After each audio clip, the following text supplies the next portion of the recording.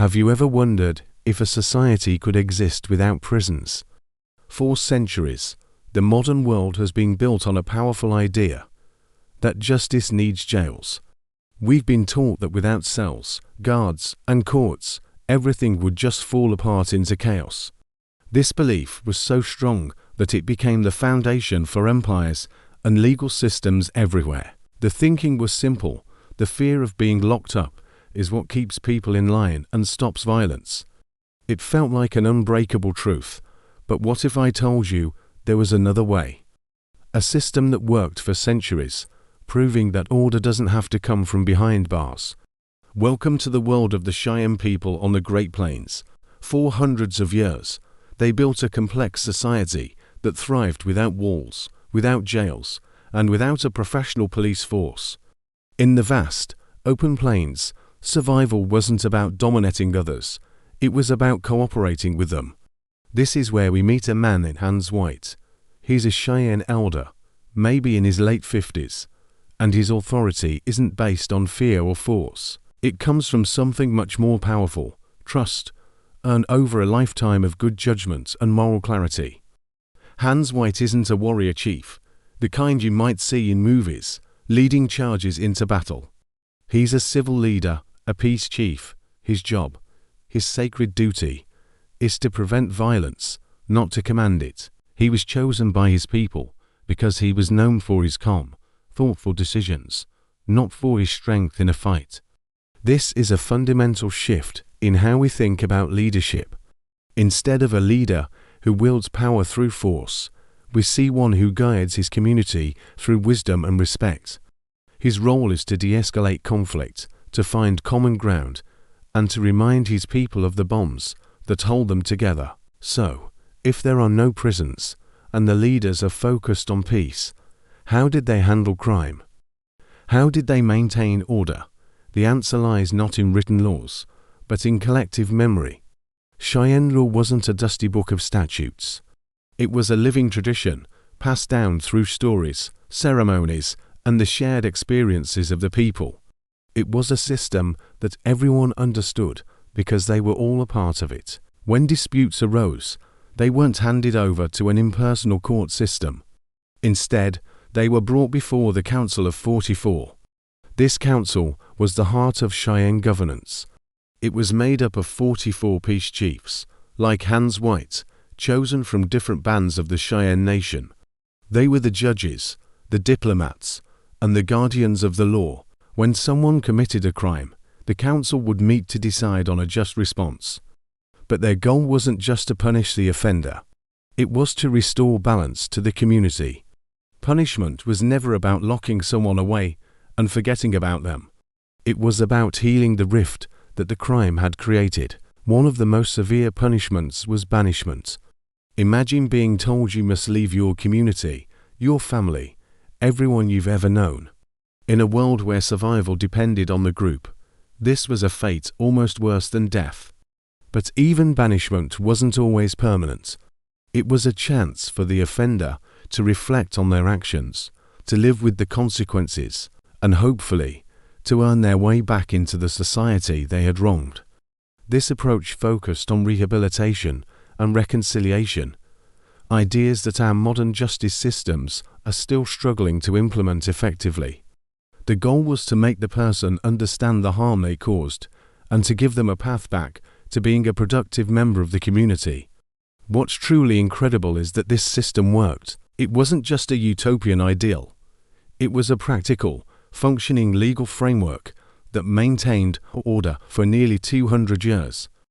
And it did so under immense pressure, facing constant threats from rival tribes, a changing environment, and the relentless westward expansion of the United States. The Cheyenne system proved that a society's strength can come from its shared values and mutual respect, not just from the threat of punishment. It demonstrated that justice can be restorative, not just retributive. Now, picture Hans White standing at a critical moment in history. The world is changing faster than ever before. American settlers, soldiers, and traders are flooding onto the plains, bringing with them a completely different concept of law, ownership, and justice. They see the vast open land not as a shared home, but as territory to be claimed and controlled. They bring with them their forts, their written treaties, and their belief that the only way to deal with conflict is through overwhelming force. For Hans White and the other Cheyenne leaders, this presented an impossible challenge. How do you maintain a system of peace and cooperation when faced with a culture built on domination and confinement? How do you uphold a law based on collective memory when the other side only recognizes what's written on paper they often use to deceive and dispossess? This was the ultimate test for the Cheyenne way of life. They were caught between their ancient traditions of restorative justice and the encroaching reality of a world that equated justice with prisons. The story of Hans White and the Cheyenne legal system is more than just a piece of history. It's a powerful lesson for us today. It forces us to question our own assumptions about what justice is and how it should be achieved. We live in a world with more prisons than ever before, yet we still struggle with violence, crime, and social division. The Cheyenne model offers a different vision, one where community, reconciliation, and shared responsibility are the cornerstones of a just society. It challenges us to think, what if we focused more on healing communities rather than just punishing individuals? What if we invested more in leaders who build trust rather than those who inspire fear? The Cheyenne system wasn't perfect, and it existed in a very different world. But its entrance and its core principles raise profound questions that are still incredibly relevant today. It shows us that the idea of a world without prisons isn't just a fantasy.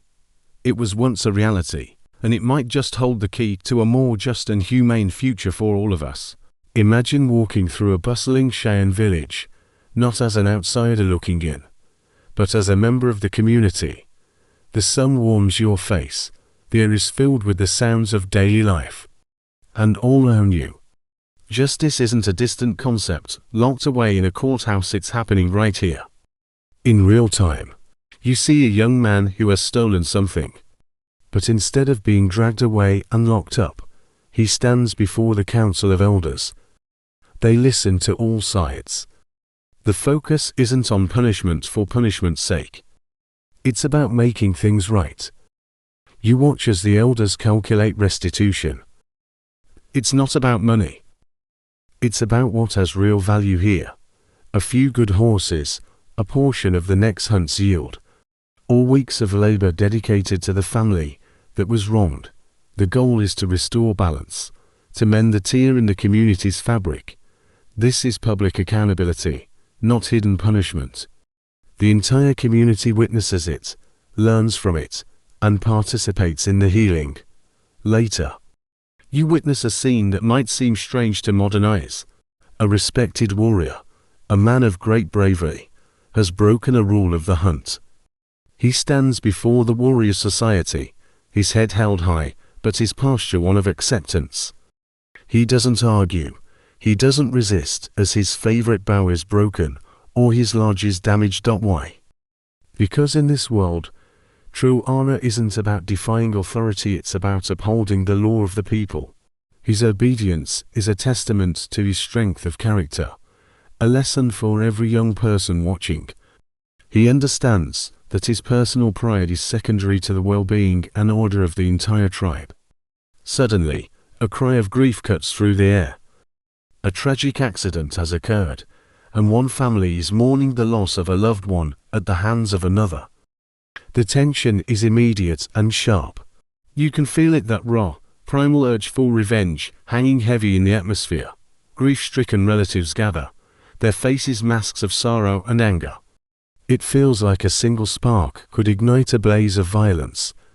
A blood feud that could tear families and the entire village apart for generations.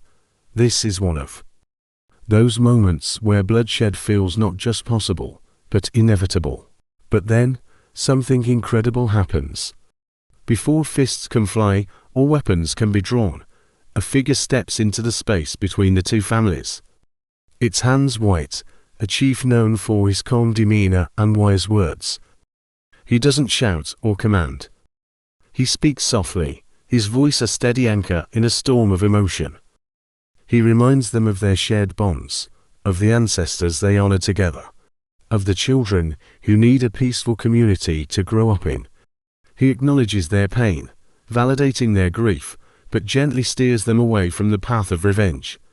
He speaks of the sweet medicine of peace, urging them to choose a path that heals rather than a path that destroys. You watch, captivated, as the tension slowly begins to recede. The anger doesn't vanish, but it's contained.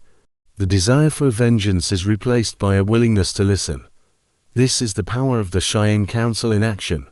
They don't just react to crime, they are proactive peacekeepers. They see the smoke before the fire rages. They intervene at the first sign of escalating conflict, stepping in to mediate disputes over resources, personal insults, or any of the 1,000 little frictions that can occur when people live in close quarters. Their authority comes not from force, but from the deep respect they have earned through wisdom and a demonstrated commitment to the people's welfare. They are the social glue holding the community together. Through these experiences, you begin to grasp the core principles of Cheyenne law. It's a system built on relationships, not on abstract rules. It prioritizes restoration over retribution, community over the individual, and you come to understand the most severe penalty of all, exile. Being cast out of the tribe isn't just a punishment, it's a death sentence of a different kind. In the vast, unforgiving landscape of the Great Plains, survival is a collective effort. A lone individual is vulnerable to starvation, to enemies, to the elements. To be exiled is to have your identity erased. To be cut off from the physical and spiritual support of your people. It is the ultimate consequence because it underscores the most fundamental truth of Cheyenne life.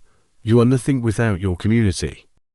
The threat of this penalty is a powerful deterrent that reinforces the importance of living in harmony with one's kin. Now, imagine the world changing. The vast herds of bison, the lifeblood of the people, begin to shrink. New pressures from outside forces squeeze the tribe's resources and territory. The old ways are tested like never before. You feel the strain in the air. Disputes become more frequent. Tempers shorter. The system is under immense pressure. There's less to go round, which means less to offer in restitution. The temptation to take what one needs, regardless of the rules, grows stronger. Yet, you watch in awe as the system holds. It bends, but it does not break. The elders work harder. Their councils last longer. They adapt when horses are scarce. Other forms of compensation are devised. The fundamental principles restoration, public accountability, the sacredness of community become even more important. They are the anchors that keep the society from fracturing under the immense external pressure. The strength of this justice system is not in its rigidity, but in its resilience and its deep connection to the values of the people it serves. It is a powerful lesson in how a society can maintain its moral compass, even when its world is being turned upside down. This journey through the world of Cheyenne justice reveals a profound and sophisticated legal system, one that has much to teach us today. It challenges our own ideas of crime and punishment, forcing us to ask if our modern systems truly heal the wounds caused by wrongdoing or simply hide them away. It is a testament to a people who understood that a community's strength lies not in its ability to punish, but in its ability to forgive, to restore, and to heal. Step back for a moment and look at the bigger picture. See how this intricate system, this society without prisons, shapes both resistance and survival. When external pressures mount, it's the internal cohesion, this shared understanding of justice, that prevents the entire structure from collapsing. Imagine being a US official in that era, trying to impose your authority on a people who already have a deeply ingrained, effective way of governing themselves. It must have been baffling, even frustrating, to encounter a society that simply didn't need your version of law and order. This isn't just some historical curiosity. Fast forward to today, and you'll find echoes of this system in modern legal reforms. Think about the rise of restorative justice, the focus on repairing harm rather than just punishing offenders. Many of these new ideas are, in fact, ancient principles that cultures like the Cheyenne practiced for centuries. They understood that a crime wasn't just an offense against the state. It was a wound in the fabric of the community, a tear that needed mending for everyone's sake.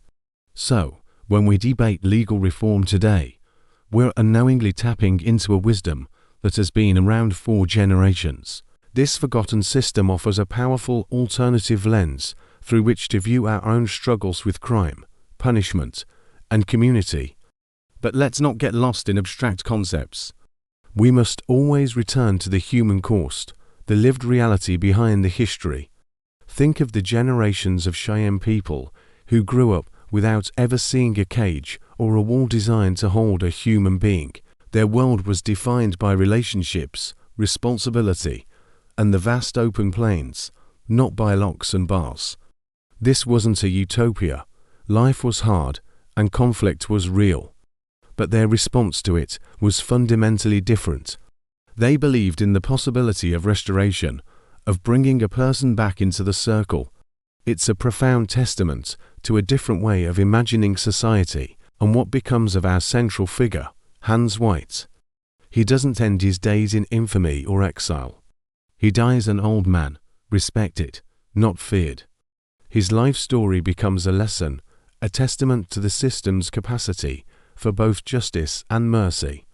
He serves his time, pays his debt to the community, and is allowed to rejoin it, to live out his days as a member in good standing. His story illustrates that the goal was never to discard a person, but to guide them back to the right path. He's remembered not as a monster, but as a man who made a terrible mistake and was brought back into the fold. So why does this story matter so much, hundreds of years later? It matters because it shatters our deeply held assumptions about what justice is and what it can be. We are so accustomed to the equation of crime equals punishment equals prison. We've built our society on it. This story forces us to ask, is that the only way? Is it the best way?